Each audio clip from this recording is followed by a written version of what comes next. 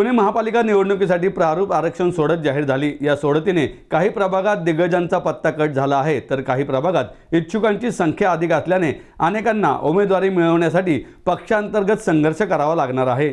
काही प्रभागांमध्ये दिग्गज माजी नगरसेवकांना एकमेकांसमोर उभे राहावे लागणार आहे। पुणे महापालिका निवडणुकीसाठी प्रारूप आरक्षण सोडत जाहीर झाली। या सोडतीने काही प्रभागात दिग्गजांचा पत्ता कट झाला आहे, तर काही प्रभागात इच्छुकांची संख्या अधिक असल्याने अनेकांना उमेदवारी मिळवण्यासाठी पक्षांतर्गत संघर्ष करावा लागणार आहे।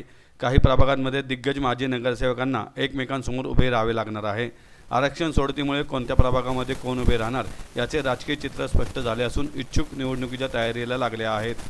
पुणे महापालिकेच्या आगामी निवडणुकीसाठी गणेश कला क्रीडा रंगमंच येथे प्रारूप आरक्षण सोडत आयुक्त नवल किशोर राम यांच्या उपस्थितीत शाळेतील मुलांच्या हस्ते काढण्यात आली। यावेळी अतिरिक्त आयुक्त पृथ्वीराज BP, ओमप्रकाश दिवटे, उपायुक्त प्रसाद काटकर आदी उपस्थित होते। पुणे महापालिकेच्या आगामी निवडणुकीसाठी नगरसेवकांची संख्या 165 असून 41 प्रभाग आहेत।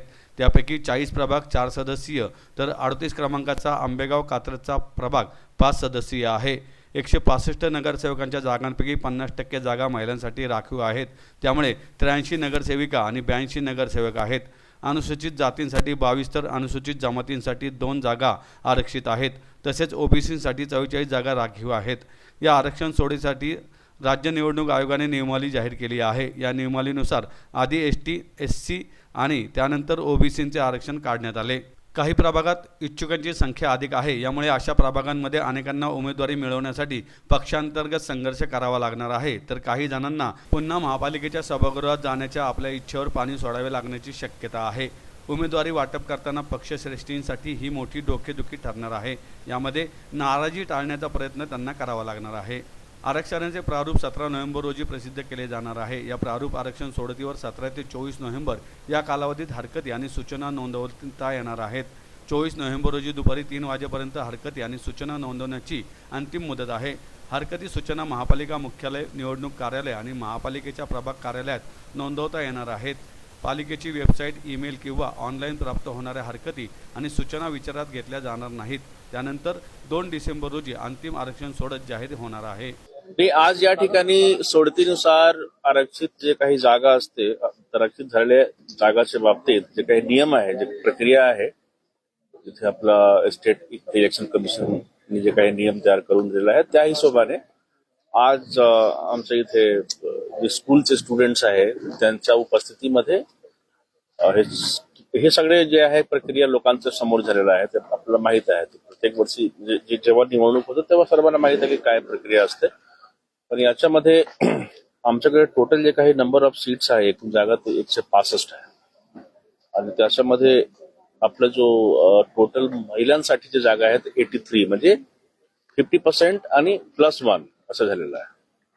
तर एकूण आपल्याकडे अनुसूचित जातीची जी संख्या आहे तिथे 22 असे होणार आहे त्याच्यामध्ये सीट्स, आणि त्यापैकी 11 जे जागा आहेत ते महिलांसाठी, म्हणजे विदिन अनुसूचित जाती एवढे आपण रिझर्व्ह करून घेतलं। आणि प्रत्येक प्रभाग कुठे काय आहे ते पण आज इथे जाहीर करायचं, इतक्या जास्त तपशीलवार मी जाते कारण शेवटी सगळे इन्फॉर्मेशन आपल्या समोर आहे आणि डिटेलपणे मी शेअर करणार आहोत। तसेच इथे अनुसूचित जमातीसाठी 2 जागा आहे आणि 2 पैकी 1 जे आहे ते महिलांसाठी आहे। तसेच नागरिकांचा जो मागासवर्ग प्रवर्ग आहे, ज्याला BCC म्हणतो, ते आपलं एकूण 44 आहे, 44, आणि त्याच्यापैकी 22 जागा महिलांसाठी आपण आरक्षित केलेल्या आहे। तसेच एकूण जे काही आपलं जनरल सीट्स आहेत सर्वसाधारण ते एकूण 97 आहे आणि त्याच्यापैकी 49 सीट्स, म्हणजे हा जो नंबर आहे 49, ते बेसिकली 50% +1 होत आहे। ते आपल्या निवडणूक आयोगाने मान्य करून दिलेलं आहे। तर एकूण 49 सीट्स, तर असं टोटल जे आहे ते 83 सीट्स आहे।